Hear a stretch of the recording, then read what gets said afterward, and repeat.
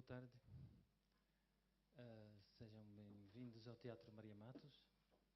Está bom com som? Sim. Temos que falar ao microfone porque isto está a ser gravado. Só para vocês não se esquecerem. Bom, vamos falar hoje sobre, como sabem, sobre o projeto Facebook 74. Tenho aqui comigo os autores do texto, do projeto, Dulce Maria Cardoso, Luís Mário Lopes, que foram responsáveis, que escreveram o texto e inventaram a história e a personagem, Inadessa Leal, que é artista visual e que tratou de todas as imagens, e a Rita Tomás, que faz parte da nossa equipa do Gabinete de Comunicação do Teatro Maria Matos e que trabalhou muito em conjunto com os autores no sentido de atacar o Facebook, que é um pequeno monstro em si, mas a Rita vai poder explicar mais. Acho que não é preciso explicar muito quem são as pessoas que estão aqui à mesa. A Dulce, como sabem, é romancista e já escreveu vários livros conhecidos e premiados. Luís Mário Lopes é sobretudo dramaturgo, escreveu sobretudo peças de teatro, argumentos de cinema. Cristina Desse Leal é artista visual e a Rita, como disse, faz parte da nossa equipa. O meu nome é Marco de Putter, sou diretor artístico do Teatro Maria Matos e este projeto começa de facto... antes disso, esta conversa vai ter mais ou menos 1 hora e eu vou começar com algumas perguntas, mas o público, vocês podem fazer perguntas a qualquer momento, podem interromper o fluxo de conversa, tal e qual como o projeto, a ideia é sermos interativos aqui. Bom, este projeto começa, de facto, a primeira ideia tem mais do que 1 ano, quando por acaso encontrei uma página na internet que foi criado pelo Musée de la Grande Guerre de Meaux, que é um museu em França que fez uma página sobre uma personagem fictício que se chama Léon Vivien e que é um soldado da Primeira Guerra Mundial, que de facto também conta a história disso. E a partir daí sempre fiquei a pensar, isto pode ser uma ideia, algo interessante para elaborar aqui noutras circunstâncias. Mas de facto ficou assim muitos meses parados a ideia, e depois o 25 de Abril foi de repente um bom contexto para falarmos ou para tentarmos desenvolver algo com essa ideia original. Aliás, isto é um exemplo. Depois fui ver no Facebook e de facto existem imensos personagens fictícias no Facebook. Há imensos, ou seja, só queria dizer, isto não é a primeira vez que isto está a ser feito, mas com estas características não a encontrei até agora em nenhum outro projeto. Assim, não é completamente uma invenção de nada, mas ao mesmo tempo também tem características muito específicas que, como disse, que ainda não vi no outro lado. Bom, eu vou começar com algumas perguntas a todas as pessoas aqui presentes e, como disse, depois podemos falar aqui em conjunto. Em primeiro lugar, sim, é uma pergunta para a Dulce e o Luís. Bom, queria saber da vossa experiência. Vocês são escritores, têm experiência na romance, no teatro, e queria perceber para vocês quais foram as grandes diferenças, quais eventualmente as dificuldades neste projeto, ou do outro lado as oportunidades que normalmente não têm como escritores. É uma primeira reação em relação a isso, as expectativas, como é que correu e em comparação com o vosso trabalho de escritor normal.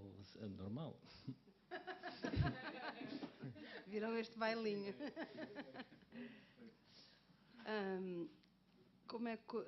Boa tarde, primeiro, e obrigada por terem vindo. Isto é complicado, resistir ao sol e ao jogo e à praia e isso tudo, para nos fecharmos aqui. Foi um trabalho de característica muito diferente, não é? Porque, primeiro pelo suporte, começa por ser...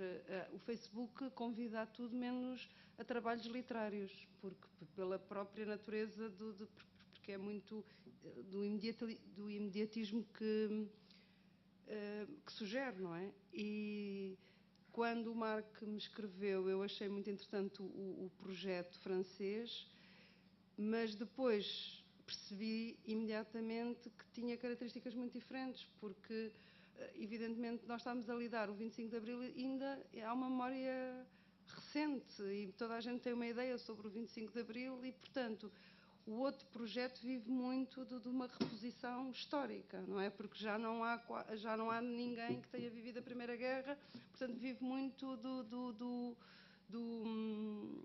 da ideia de divulgação. Aqui é o contrário. Aqui a divulgação, até porque há imensa gente que viveu o 25 de Abril, mesmo os feitores do 25 de Abril, e, portanto, há isso tudo, não há ficção sobre o 25 de Abril, como quase não há ficção sobre história recente.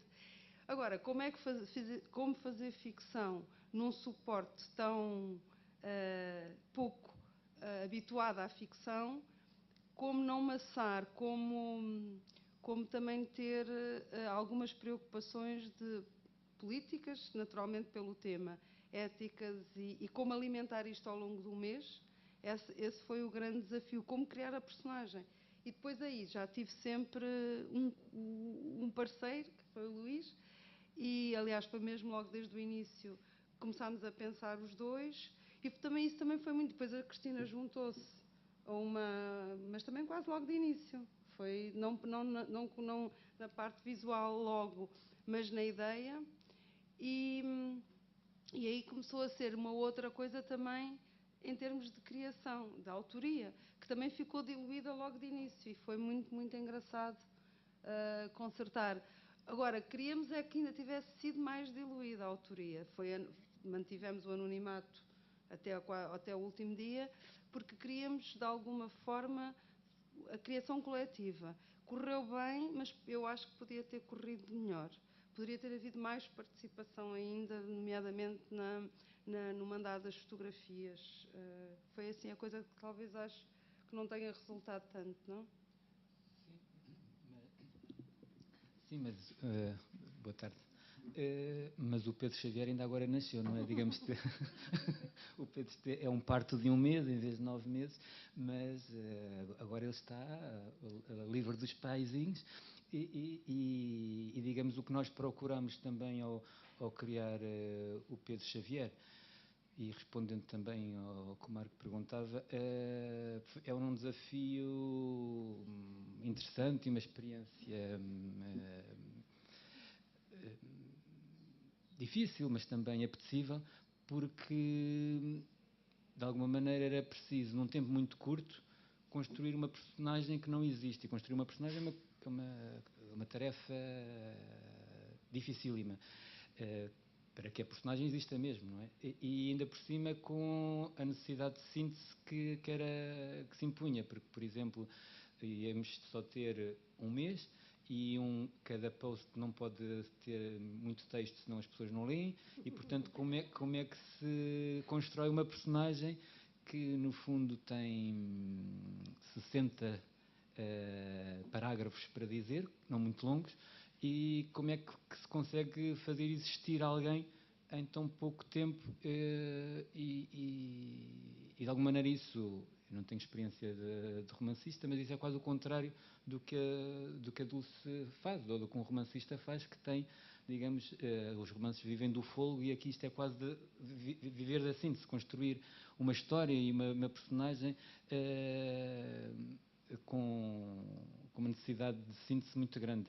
E, portanto, é uma coisa que... E, portanto, em termos formais também isso... acho que não está a ser criado de género nenhum, como alguém nos chegou a perguntar, mas nunca se sabe, mas de alguma maneira tem qualquer coisa aparentada do teatro, que vive mais da síntese, ou, não ouso dizer da poesia, mas também por aí. E, portanto, foi um desafio interessante, e também o que procuramos, e também o que o Marco dizia, das páginas que existem, isto não era novidade nenhuma, é criar uma página de uma personagem fictícia. Existia a do Leon Vivien, existem outras, mas de alguma maneira muitas das que existem é ao contrário. Existe já a personagem que surge ou no cinema ou noutro sítio, e depois já existe, portanto, a personagem as pessoas já conhecem, e depois acaba por desaguar ali no Facebook, nesse mar imenso. Mas, uma das personagens mais famosas é o burro de Shrek. No fictício, sim. O burro de Shrek é um dos mais famosos no Facebook. Mas é mais raro acontecer assim, partir do nada e construir no próprio Facebook a personagem. Isso, o Leon Vivien fazia isso. Teve um tempo mais longo e basicamente existem algumas outras experiências, mas normalmente nada a comparar. mas basicamente também tem que ver com o propósito, porque muitas dessas experiências correspondem a fazer com que o Facebook acabe por ser um mostruário de memórias, portanto, como era no caso do Leon Vivien, que foi a partir do Museu da Primeira Guerra, e portanto basicamente aquilo era para que se vissem os objetos da altura e como é que as coisas aconteciam e as memórias das pessoas que viveram a Primeira Guerra. Aqui o desafio era outro, era de alguma maneira, não há muito material, muitos de nós vivemos o 25 de Abril, mais novos ou mais velhos, e ainda as pessoas também ainda não, e era aquilo que a Dulce falava, ainda não se libertaram completamente da posse dos materiais da altura que vão inexistindo, ou seja, o que nos apercebemos é que as pessoas eram de alguma maneira ainda ciosas de certos objetos, quer fotografias, quer objetos, de partilhar isso. Mas penso que por ser aquilo que a Dulce dizia, ser ainda uma história recente, e de alguma maneira ainda as coisas ainda não são olhadas como objetos museológicos, digamos assim, ainda são olhadas como uma propriedade familiar ou pessoal, e daí a vontade de partilha talvez não fosse tanto. Mas também o propósito, perante o desafio que foi lançado, o propósito não foi esse, foi que a página funcionasse como tal espaço de partilha de memórias, quer escritas, quer visuais, mas também que se discutisse as ideias. O desafio era o 25 de Abril, portanto, e a liberdade, então lembro do Marco falar de o que é que de discutir, poder o Pedro Xavier, ok, na altura ainda não havia nome, para o Pedro Xavier, a personagem poder ser um pretexto para que discutíssemos as questões que estiveram presentes no 25 de Abril e que estão presentes ainda hoje. E, portanto, basicamente era criar um corpo, esse Pedro Xavier, que fosse também um corpo de discussão de ideias e de debate. E nisso acho que, pelo menos eu não conheço, nessa parte funcionou, e também era a tal novidade em relação à página criada que viveria da tal interatividade, e era preciso construir uma personagem que fosse um pretexto, um convite ao debate. E, portanto, agora, digamos, a história do Pedro Xavier está fechada, mas existem lá vários posts que são desafios às pessoas dizerem o que pensam e que espero que continuem a ser alimentados agora que o menino nasceu. Sim, isto obviamente, sim, eu vou voltar a vocês porque isso já levanta imensas questões, mas antes disso eu queria só perguntar à Cristina. Ao longo do mês encontramos vários tipos de imagens. Temos as imagens históricas de 74, não é? Temos as imagens que foram enviadas pelas pessoas, outras que são imagens que a Cristina juntou, assim, arranjou.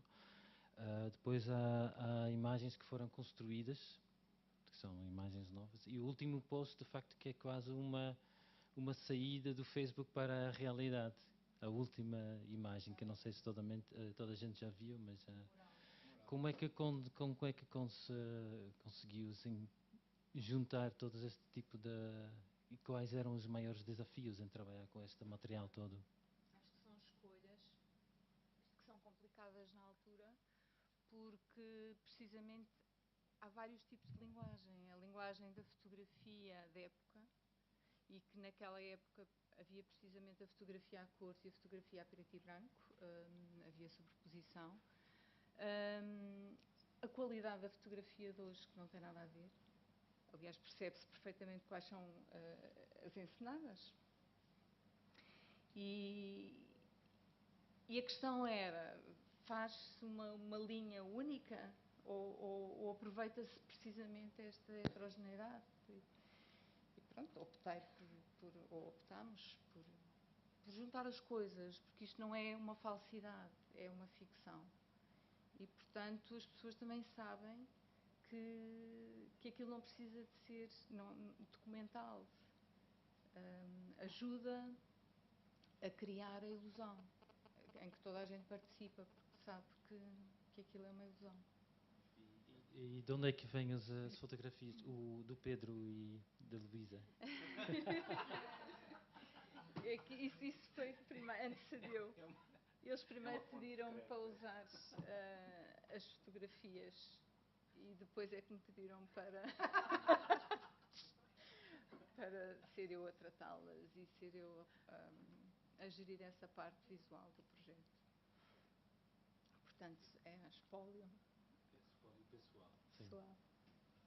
E vocês discutiram muito a utilização das imagens, quais é que poderiam ser utilizadas ou quais é que não tinham interesse? Sim. Foi tudo muito discutido. Aliás, o trabalho foi a 3 tempos, porque primeiro havia muita discussão do texto com o Luís, porque nós estávamos raramente, apesar de Luís ser provavelmente a única pessoa com quem eu consigo escrever, porque já nos conhecemos há 30 anos ou assim, mas também acho que dificilmente eu discordo mais de alguém, tenho alguém a discordar mais de mim com quem eu discordo mais do que o Luís. E, portanto, é tudo muito, muito negociado. E os posts, por exemplo, apesar de terem 4 ou 5 linhas, eram discutidos à exaustão nas múltiplas leituras que aquilo pode ter. E é complicado porque o trabalho, esta questão da autoria é muito sensível, porque todos nós temos uma ideia do que deve ser feito ou dito e na exata medida em que deve ser feito ou dito. E quando partilhamos, não é? Significa esta cedência do que achamos, em termos individuais, que deve ser feito ou dito, e, portanto, chegamos ali sempre a um consenso. E depois chegava à parte da imagem, que também gerava outro problema, e então tínhamos uma página só para nós, que era o EXP, que era de experiência, e então era sempre e-mails da Cristina, espreitem o EXP, espreitem o EXP, e nós sempre ali a tentar. Mas depois gostámos, arranjámos sempre maneira de concordar e gostávamos e ficava e quando porque é outra segurança também, tem-se logo outro olhar. Sim. E falta aqui falar depois dos seguidores da página, da generosidade dos seguidores da página, que uma das coisas corajosas que este projeto tinha era atirar-nos para uma coisa que não sabíamos bem o que era. E, portanto, lembro-me quando aquilo começou a 24 de março, estávamos todos um bocadinho naquele lançamento em casa da Cristina do post inicial. Estávamos um bocado apreensivos como é que aquilo ia ser, até porque foi mesmo verdade que a história não estava fechada e estava tudo em aberto e, portanto, era preciso... não sabíamos bem para onde íamos, portanto, sabíamos onde queríamos chegar, queríamos que o Pedro Xavier viesse a dar um contributo qualquer. Portanto, o propósito era também, de alguma maneira, aquilo que nos norteava era uma ideia, isso era nossa e, de alguma maneira, queríamos fazê-la passar, é de que cada um de nós pode dar um contributo relevante para a sociedade de hoje e de sempre. Portanto, de alguma maneira, isso também foi o que norteou depois a criação do Pedro Xavier e a recriação dele em função depois da resposta dos seguidores. Era dizer-se que nos tempos que correm, tanto em 74 como nos tempos que correm, é possível cada cidadão dar um contributo relevante para que as coisas melhorem. Portanto, de alguma maneira, hoje, se calhar até mais do que em 74, cada um de nós pode achar que nada pode para mudar o estado de coisas. e nós queremos acreditar que assim não é. E, portanto, tentámos vender essa ideia através do Pedro Xavier e, portanto, sabíamos, ele tem que, no dia 25 de Abril, ele tem que estar presente de alguma maneira disso. Não, ia dizer que isso também era bom, porque estávamos em termos ideológicos também os três de acordo. Isso também é muito bom num projeto com estas características. Porque há aqui também um ponto de vista político, evidentemente, por causa das características do projeto. E isso também foi muito bom. Se não tivesse havido esta concordância, que é prévia, que não fabricámos para isto, talvez o projeto não tivesse não corrido tão bem e sido tão coeso. Essa concordância, tanto ideológica, não, digamos mais programática, do género de que cada... Eu estava a ver que... Não, é porque muitas vezes pode-se entender como partidária, que não tem nada a ver com isso. Não, eu não disse partidária, eu disse ideológica. Sim. Só para chegar aqui à Rita, Luís, acabaste de dizer que o projeto de facto não estava fechado, assim, vocês tinham uma ideia de onde chegar e pronto, as personagens principais existiam, pelo menos teoricamente, mas não sabiam exatamente quais os posts e qual o texto que ia ser que ia aparecer todos os dias, que vocês iam escrever. Isso também tinha a ver com esta ideia de interatividade e com o Facebook. E de facto eu também não sabia, mas aprendi também muito ao longo deste processo, mas o Facebook é mesmo um bicho que tem que se tratar com muito cuidado e que tem vários vícios e queria perceber um bocado como é que foi a vossa colaboração e quais eram os pontos de interesse em lidar com este bicho. Começar com o bicho. É uma boa forma de nomear o Facebook, um bicho. Nós, na verdade, aqui na equipa de comunicação do Maria Matos fizemos muito pouco. Nós preparámos o terreno e fomos ajudando a corrigir algumas coisas que o Facebook queria intuitivamente, mas foi tudo muito fácil porque vocês organizaram muito bem a narrativa do Pedro Xavier com as preocupações daquilo que o Facebook exige, não é? Tem de ser sempre uma coisa muito simples, muito rápida de absorção, porque as pessoas que estão no Facebook, mas o público português, que são 4 milhões de portugueses, não tem aquela atenção que teria se estivesse a ler um livro, se estivesse a ver outro qualquer suporte para ver esta história.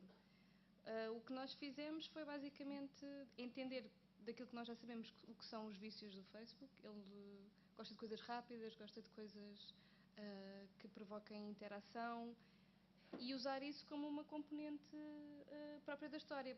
Por exemplo, no exemplo que citámos inicialmente do Leon Vivian, isso não existia. Não era um pressuposto daquele projeto, que era um projeto puramente de comunicação, não era um projeto artístico. Não era um pressuposto que o Leon Vivian falasse com o público, que o público tivesse algum tipo de interação e intervisse na história. Isso nunca foi um objetivo deles. Eles tinham o seu próprio conjunto de personagens que fazia isso por eles. Era assim uma telenovela que estava a acontecer no Facebook. E o nosso não. O nosso era usar a maior mais-valia de uma rede social, ou daquela rede social do Facebook, que é aquela que tem mais público português de todas as que existem neste momento, para intervirem e para fazerem parte da história. Pela parte das imagens, que era essencial, temos a contribuição, porque o nosso espólio, nós não somos um museu, não tínhamos nada para emprestar, a não ser umas imagens inéditas de Super 8, que o pai de uma colega nossa nos cedeu, muito gentilmente, mas nós não tínhamos nada para entregar como espólio para alimentar o Pedro Xavier. Então, a ideia de a participação e a interatividade das pessoas não só servia o propósito de alimentar a questão das imagens, que existiam muito poucas, além do espólio da Cristina e do Pedro, mas também de puxar, de ensinar o Facebook, ensinar a página do Pedro Xavier a ter sempre muita interação e com isso puxar todos os posts de 1974 para o mural de 2014 destas pessoas que estavam a seguir. E isso foi, quer dizer, isso acho que foi até o desafio mais interessante, que é estarmos a publicar em 1974, usando as regras de 2014 e tentando superar de alguma maneira os vícios do Facebook. Mas obviamente tivemos que usar muitas estratégias além do Facebook para tentar angariar mais pessoas. Fizemos no Facebook do Maria Matos, fizemos a nossa cota parte de publicidade, de posts só sobre o Pedro Xavier. Fizemos também um teaser inicial que explicava muito sucintamente qual era a história, qual era o propósito. Seriam só 30 dias de posts diários a explicar quem é que era este herói anónimo do 25 de Abril. E também iniciámos um percurso noutras redes sociais para coadjuvar o projeto do Pedro Xavier. Começámos um Instagram, fizemos muita assessoria de imprensa, sempre na ótica de trazer público para esta história. Alguns meios entrevistaram o Pedro Xavier, porque também fazia parte da ideia de contrariar os vícios do Facebook, contrariar a enorme quantidade de informação que existe no Facebook, não divulgar os autores. E sempre foi uma estratégia também de comunicação, não era só uma estratégia artística, também era uma forma de manter as pessoas interessadas e empenhadas em seguir a história até ao fim e não criarem logo ou preconceitos ou ideias feitas sobre quem é que estava a escrever, ligarem-se à personagem antes de se ligarem aos autores. E a assessoria de imprensa também foi super importante nessa parte, sempre tentando não ter tanta ênfase nos autores, mas mais na personagem, no Pedro Xavier. Mas vocês chegaram a discutir, vocês também discutiram quantos posts por dia e podiam ter imagem ou não imagem, ou vídeo ou não. Ou, até lembro-me de ter visto alguns e-mails em que vocês discutiram a hora em que podia ser lançado um post. Bom, a parte boa de trabalhar com o Facebook é que também vais aprendendo coisas, vais aprendendo a ler o comportamento das pessoas.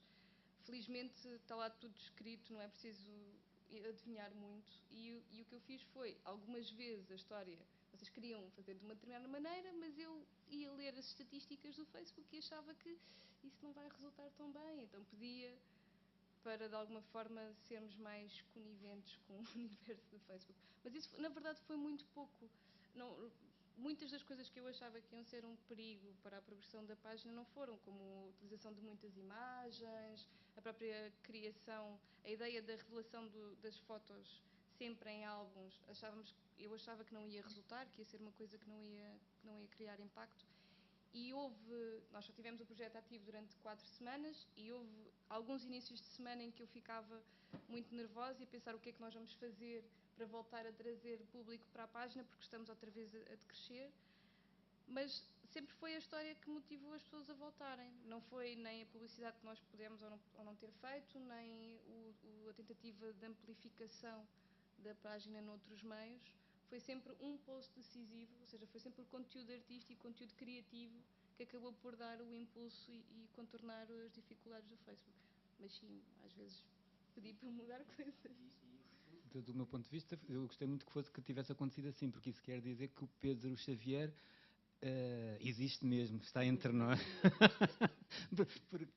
E portanto é o que a Rita está a dizer, porque mesmo a opção de início não se sabia se os autores surgiriam identificados ou não, ou surgiriam anónimos. Para nós achávamos que fazia mais sentido ser anónimos, e depois aqui no Maria Matos aceitaram que assim fosse, porque, digamos, em termos de projeto e programáticos, mesmo que isso de tal maneira distanciasse os possíveis seguidores, que terá pelo menos lançado uma certa desconfiança em relação a com quem é que se estava a lidar, e portanto, sei lá, pelo menos o nome da Dulce arrastaria logo de si, se fosse identificado, muitos mais seguidores do que a página surgir como uma autoria anónima, mas precisamente como a ideia era fazer com que a página fosse também criação dos seguidores, e não fazia sentido que o Pedro Xavier surgisse como uma personagem de não sei quem, e portanto foi bom que, mesmo que se tivesse surgido a autoria logo de início, acredito que se pudesse ter tido mais seguidores do que tivemos, pelo menos para já. Mas agrada-me pensar que estes foram ganhos honestamente e pelo não só pelo suor do nosso rosto, mas porque o Pedro Xavier existiu e existe, e portanto, foi, como a Rita dizia, foi ele e o que ele foi o carinho com que as pessoas o aceitaram e o conheceram que arrastou estas pessoas atrás dele, e basta ver que o post final e o aconselharam, é que o carinho com que receberam o final feliz, que foi isso que realmente fez carregar a história e trazer novas pessoas, e portanto isso ter acontecido assim é bom, sem que isso tenha surgido por truques de publicitários ou de outras coisas, foi por ele, pela personagem que passou a existir. Se alguém tiver perguntas, é só lançar, sim. São muito bem-vindas. Mas eu para já tenho uma pergunta também.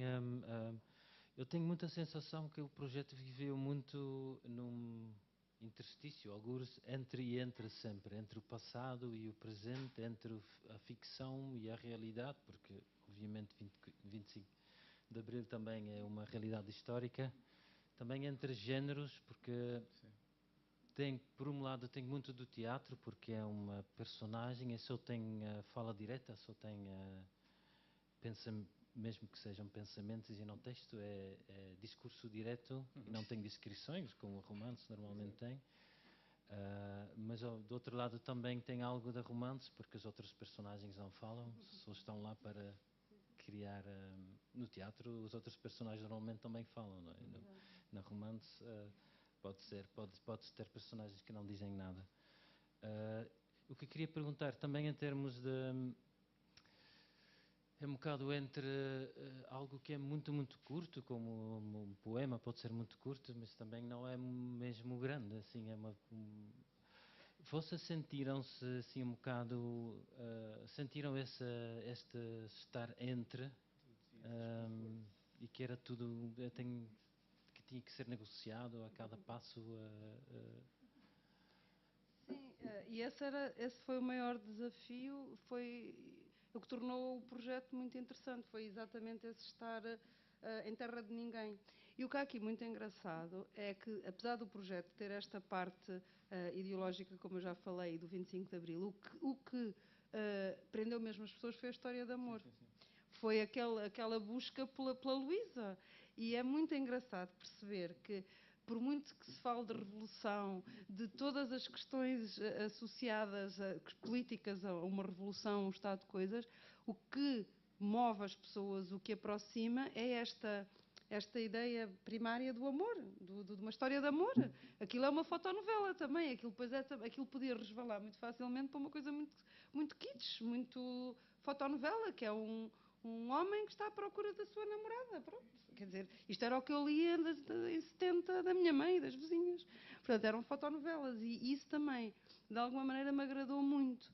E depois mesmo a estética que a Cristina deu na parte visual é uma estética de fotonovela, porque as imagens são muito ilustrativas. Agora usa-se aquela coisa da ilustração de remeter para uma metalinguagem, não é? É o que agora mais ou menos se usa em termos estéticos. E a Cristina fez, propositadamente, uma coisa mais démodé, que é ilustrar. Portanto, há um telefone, há uma mão, há essas coisas. Houve várias maneiras de intervir. Exatamente, exato. Dessas... Mas assim, o tom geral, e eu acho muito interessante. Por acaso, eu não sabia disto, agora vai sair uma granta, que tem uma fotonovela mesmo. Eu não sabia disto, quando começámos não sabia, aliás, eles anunciaram agora, apesar de ser da tinta da China, anunciaram agora. E a parte desta granta que vai sair tem uma fotonovela.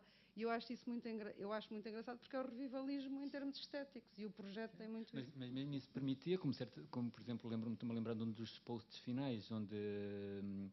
que tem a ver com até um facto histórico da senha da Revolução ter sido combinada com o Carlos Albino na igreja de São João de Deus. Sim, os factos são todos verdadeiros, estão lá.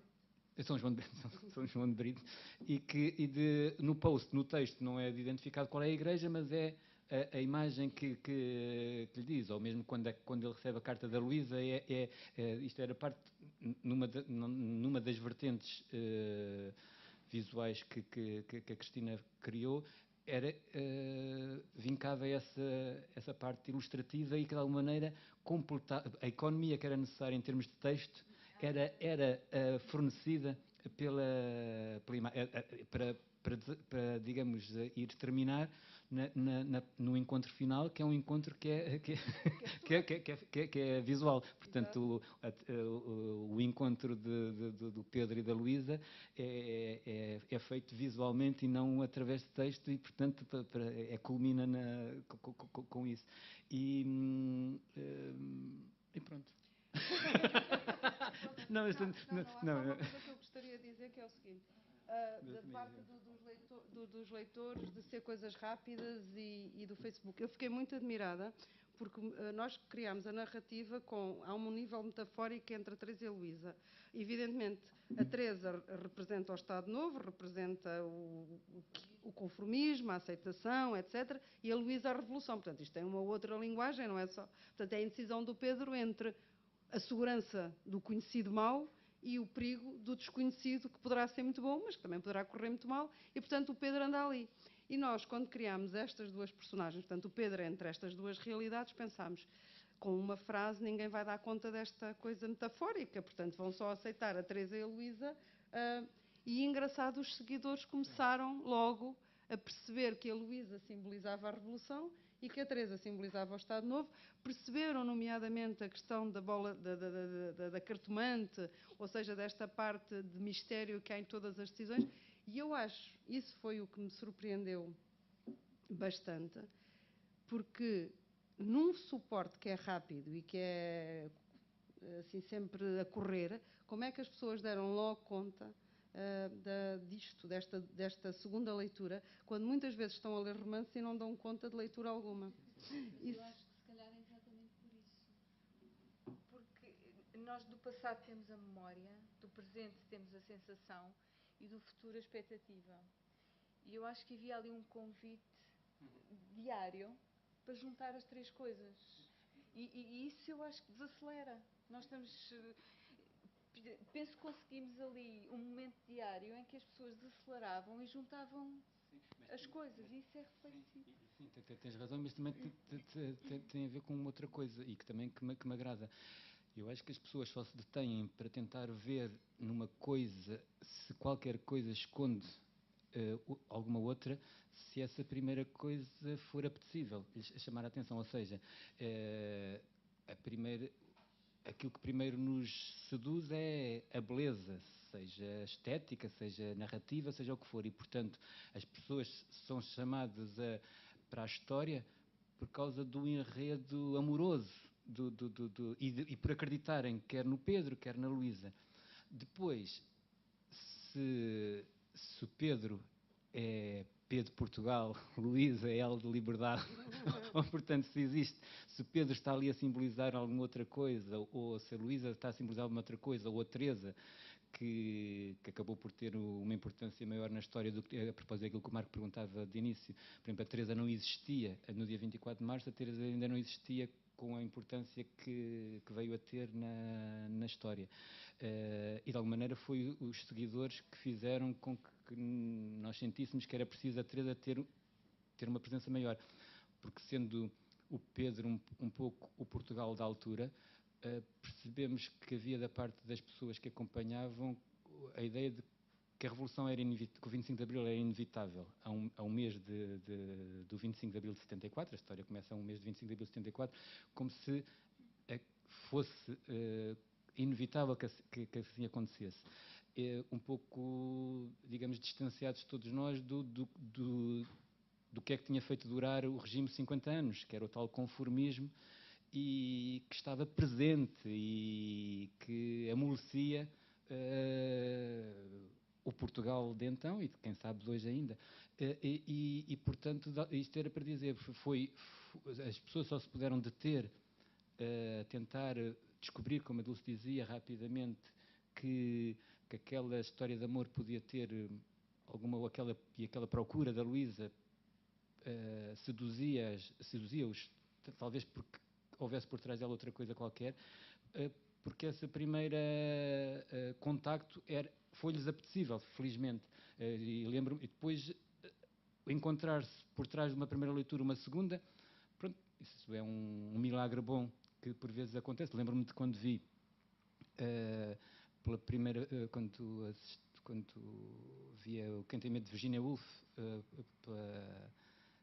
com Isabel de Castro, que tive o contacto com a peça numa encenação do Carlos Fernando com Isabel de Castro a fazer de Marta e o Mário Jaca a fazer de Jorge.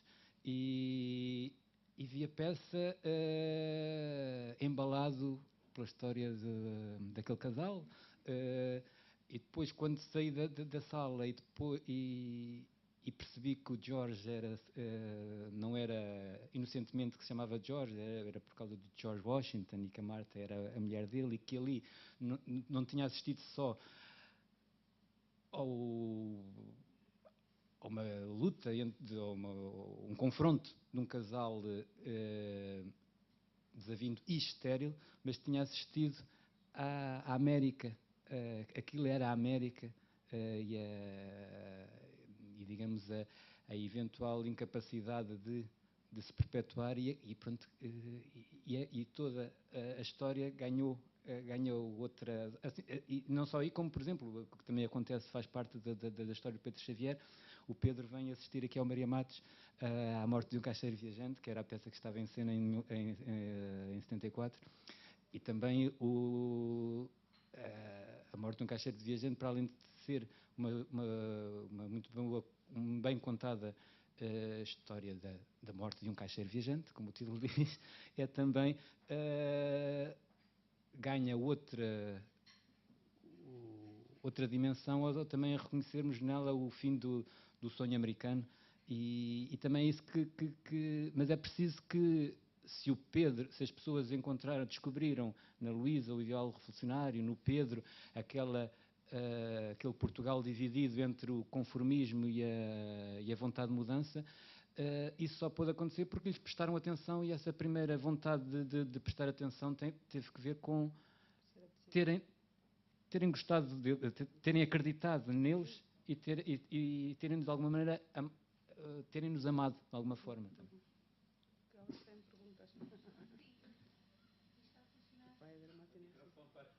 Sim. Tá.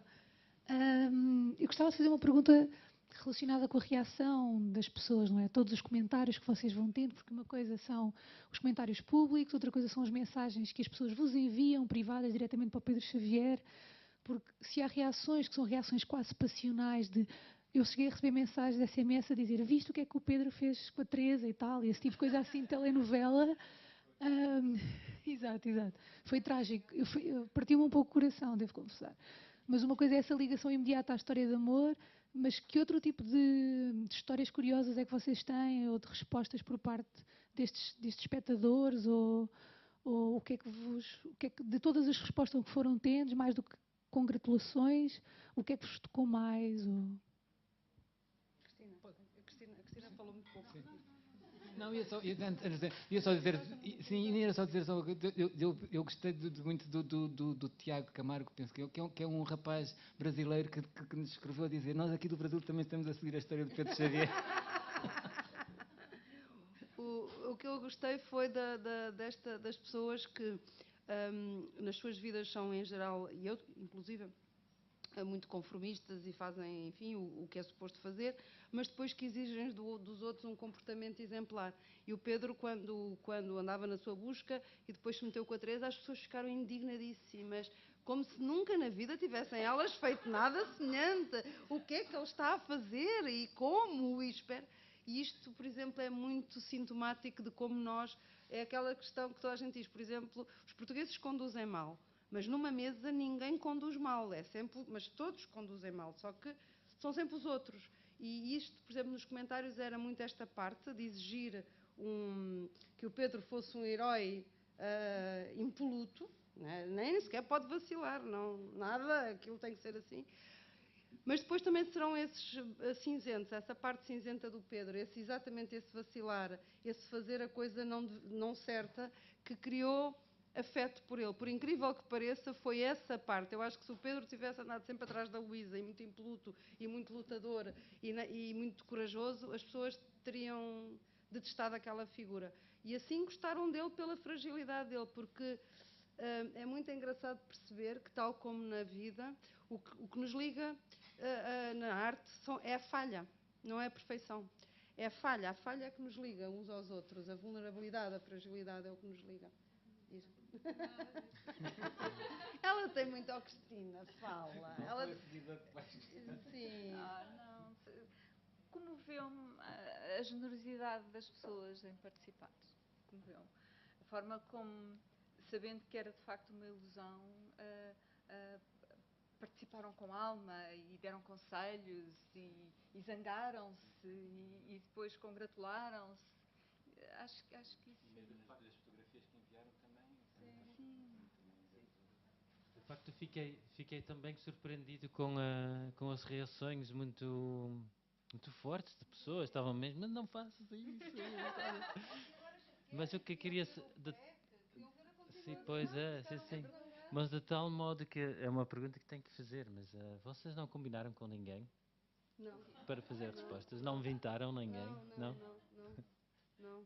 Decidimos São correr todas? o risco. Sim. Mesmo correr o risco. Aliás, mesmo, por exemplo, ainda agora, nem sequer a Tinta da China, agora quando partilhou isto, pôs a autoria, pôs só do Pedro Xavier, porque ainda que houvesse pessoas que soubessem quem é, evidentemente, os autores, nunca foi essas pessoas todas, nem nunca participaram. Portanto, ainda hoje, a da Tinta da China queriam partilhar este evento e diziam, mas podemos pôr um nome, e depois optaram também por não pôr o nome, exatamente porque eu tenho que se correr o risco deste formato, ainda que se tivesse só 3 seguidores ou 3 pessoas, ou que não houvesse nenhum, tinha que se correr, porque a ideia era esta, era correr o risco, não da revolução falhar, mas não do próprio projeto falhar. E eu acho que será um projeto que se for revisitado nesta ideia, há muito pouco tempo e, portanto, se calhar as pessoas nunca voltarão, mas quem tiver paciência de revisitar o projeto e ler tudo, agora que já se sabe, acho que poderá, como o Luís diz, encontrar lá material de reflexão.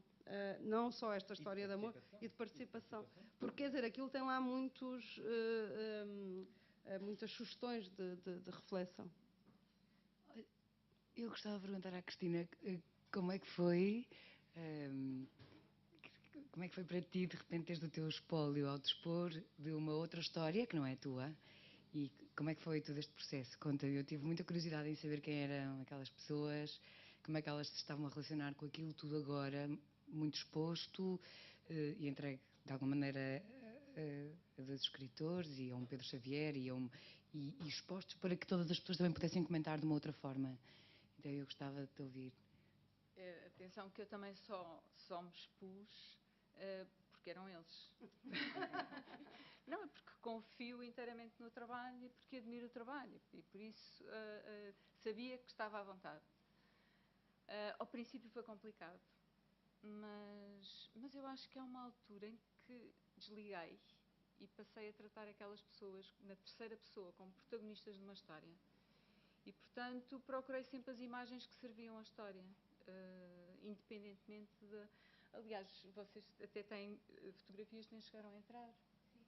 Nenhumas que apareceram na televisão e tudo não chegaram a entrar. Porque depois é preciso criar um atlas de imagens. Há centenas de imagens, umas encenadas, outras documentais, para termos sempre, em cima do acontecimento, o que é que vamos buscar.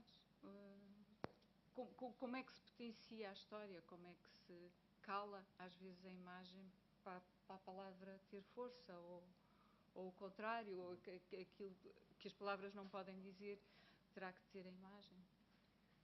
Mas devo dizer uma coisa, a Cristina e o Pedro foram de uma extrema generosidade, porque quando nós lhe perguntámos, eles disseram imediatamente que sim, não sabiam bem o projeto, aliás, a única garantia éramos nós, porque eles nem sabiam exatamente o que é que nós íamos fazer e nós estávamos desesperados, porque queríamos uma imagem, queríamos a imagem das pessoas, tínhamos na cabeça as personagens e não estávamos a encontrar a maneira depois de materializar. E a Cristina, e isso tem que ser ressalvado, foi de uma extrema generosidade. Depois fez parte da equipe criativa do projeto, mas antes não foi. Ela cedeu as imagens antes de ser parte. Isso tem que ser ressalvado. E agradecido, evidentemente. Sim. Tanto mais que até de dos grandes ensinamentos, se calhar, deste projeto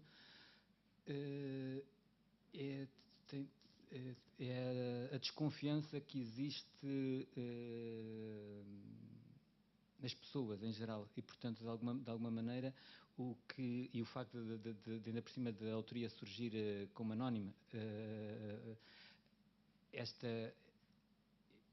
isto das pessoas se desprenderem de imagens ou mesmo de opiniões para as partilharem numa coisa que ainda não sabem bem o que é complicado. E, portanto, de alguma maneira, lembro-me de antes de termos chegado à Cristina, termos andado à procura de imagens por todo o lado, feiras e antiquários, e ser complicadíssimo que alguém se desse imagem. E a palavra é mesmo a desconfiança. Lembro-me de até fomos a fóruns de fotografia, e pensámos na internet, é o espaço da generosidade e da partilha, e fomos insultados porque diziam ninguém dá imagens eles criaram este perfil há pouco tempo, porque surgíamos com o nome Pedro Xavier, portanto até nem sabiam se o Pedro Xavier existia antes da página ter existido, portanto, claro, isto foi preparado com meses antes e, portanto, estávamos preocupados com onde é que íamos buscar as imagens e, portanto, pensámos, a internet é um espaço de partilha, se calhar nos fóruns, há fóruns de fotografia e de partilhas de fotografias, se calhar aí as pessoas, se convidarmos, vai haver um projeto com estas características, têm fotografias que queiram partilhar, e surgiram vozes muito agressivas a dizer estes gajos... Mesmo muito agressivas. Sim, e portanto, mas são oportunistas e não sei o quê, ninguém cede à fotografia, mas tem que ver, pronto, tem que ver com a tal desconfiança com que olhamos para o desconhecido, e se calhar tem a ver com a tal desconfiança com que olhávamos para a Revolução no tal pré-25 de Abril, e por isso é que demorou tanto tempo, e por isso tivemos que ir buscar a Teresa narrativamente, precisamente porque essa desconfiança que existe em todos nós não é só em relação a esta questão da partilha de fotografias ou de ideias, etc. Em relação a tudo quanto é novo, nos amedronta. Sim. E é normal que assim seja, não há julgamento nenhum. E nisto também tenho que agradecer ao Maria Matos, na pessoa do Marco, porque estes projetos servem para isto, para tomar o pulso. Por exemplo, eu, por mim, nunca me poria a imaginar uma página de Facebook, nunca faria isso. Como também nunca teria escrito contos que, por exemplo, que agora estão a ser curtas-metragens ou que foram levados a palco. Foram sempre partiu de desafios, de encomendas, e isso é muito bom. E este projeto serviu para perceber quão nós andámos em relação, são 40 anos de vida democrática e apesar de tudo ainda temos tanto medo, ainda temos tão pouca consciência da partilha do público. Isto é porque, de facto, 50 anos nós ainda não sequer fizemos o tempo que tivemos de ditadura fora de ditadura, ainda estamos aquém. E, portanto, a mentalidade podemos mudar muito rapidamente em termos estéticos, em termos tecnológicos, com não sei quantos telemóveis, e isso é mais fácil do que a mentalidade. Nesse tal fórum, o que eu fiquei assustada foi, por um lado, o medo. Para que é que querem isto? O que é que vão fazer com isto? Assim, como se fosse muito importante, quando nas suas vidas, nos seus Facebooks partilham tudo. Tudo! Mas depois, de repente, uma coisa de há 40 anos, o que é que eles vão fazer com isto? Hein? Quando lá põem os bebês agora que têm agora e coisas assim. Bem, é incrível. E depois, a primeira coisa é o medo. Segunda, vão lucrar com isto? Vão ser pagos por isto e nós é que fazemos o vosso projeto? Queriam! Vocês devem estar parvos, mas escreviam mesmo assim. Terceiro, a violência gratuita, porque não podiam só dizer não estamos interessados, que era o que eu faria, ou não responder, não. Não estamos interessados, mas vocês são...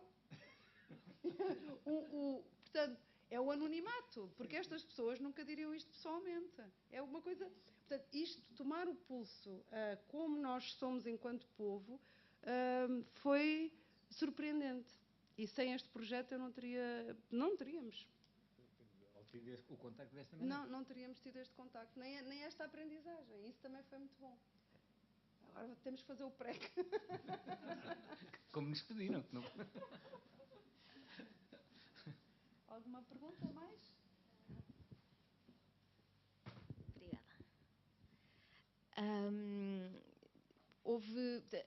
página vai continuar online, não é? O Pedro Xavier vai continuar lá para poder ser consultado.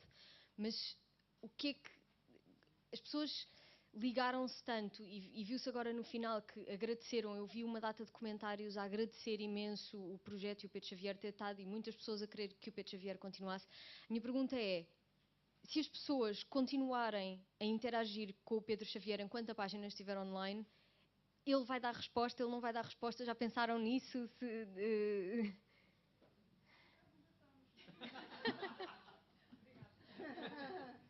Não pensar. A página vai ficar. A ideia, portanto, o que foi acordado é que a página fique.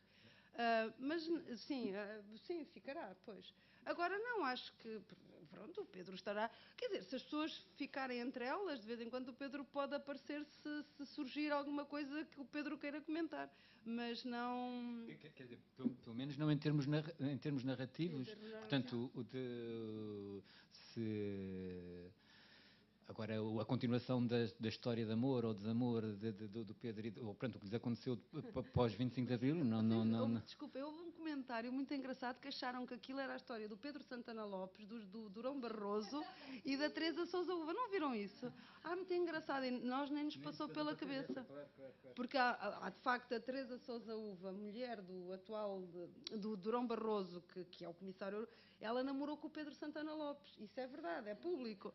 Mas nós nem nos passou pela cabeça. E apareceu lá uma... Qualquer coincidência, qualquer semelhança é mera coincidência. Não é por isso que ele se chama Pedro. E portanto acho que depois, como eles se desentenderam, as pessoas pensavam que agora no pré-que a continuação ia dar. Não, mas a parte narrativa está fechada. Sim. E já agora só, em termos da parte narrativa, e aquilo que o Marco perguntava há bocado, se a história tinha o fecho e como é que aquilo que nos preocupava, como é que o Pedro poderia vir a ser herói de 25 de Abril, já agora só partilhar convosco uma curiosidade, preocupava-nos um bocado, porque partimos no dia 24 de março ainda saber qual é que seria o contributo. E falámos com o Hotel Sarava de Carvalho, a ver se ele nos ajudava a dizer. Fui eu que falei com ele, que uma voz masculina pensámos que podia ser mais convincente para o militar,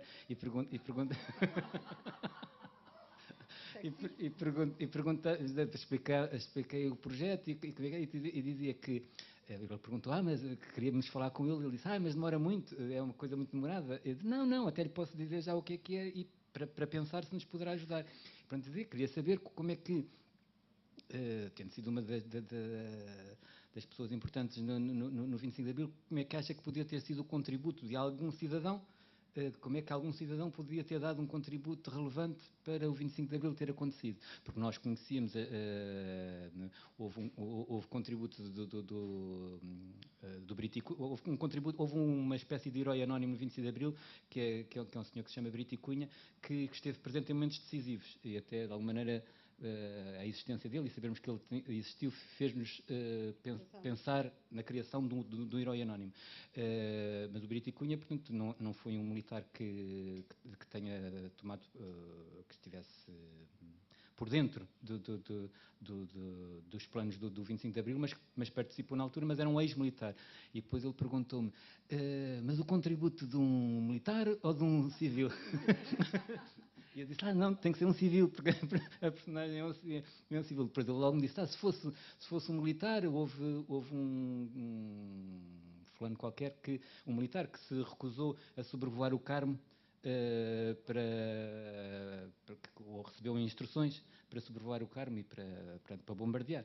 E que se recusou. Portanto, ele saberia indicar vários contributos de heróis anónimos, pessoas que não são conhecidas, digamos, na história do 25 de Abril hoje, mas que eram militares. E depois eu deixei-lhe este TPC para ele dizer se pudesse inventar como é que um civil poderia ter dado um contributo anónimo, mas depois ele ou não conseguiu lá chegar, ou depois, pronto, desinteressou-se, mas só fazer depois ainda nos preocupou, por alguma maneira, queríamos uma coisa que fosse verosímil, e de alguma maneira, pronto, fomos falar com uma das pessoas envolvidas, dizer o que é que podia ter sido o contributo lá está, de um civil anónimo que tivesse sido decisivo para que a revolução tivesse acontecido. Mas pronto, mas foi também interessante ter tomado contato com isso. Basicamente, e era isso, era o poder de cada um de nós, ainda hoje é assim, é denunciar ou não, travar ou não, quer dizer...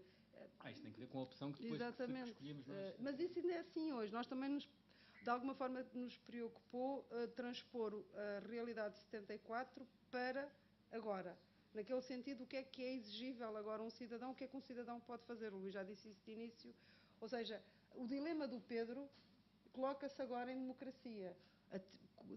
Quando é que devemos agir, como devemos agir e o que é que o nosso silêncio faz, não é? Porque naquela velha ideia de que não é tanta a ação dos maus que é determinante, é mais a inação dos bons. Portanto, isto é uma máxima muito esgotada, mas que é muito verdadeira e que foi verdade há 40 anos e que é verdade agora. E isso talvez também tenha feito com que as pessoas quisessem pôr lá o sim e o não, assim de forma mais apaixonada, porque perceberam isso também. Ok. Bom, muito obrigado. Muito obrigado a vocês e também ao Pedro e à Luísa. Boa tarde.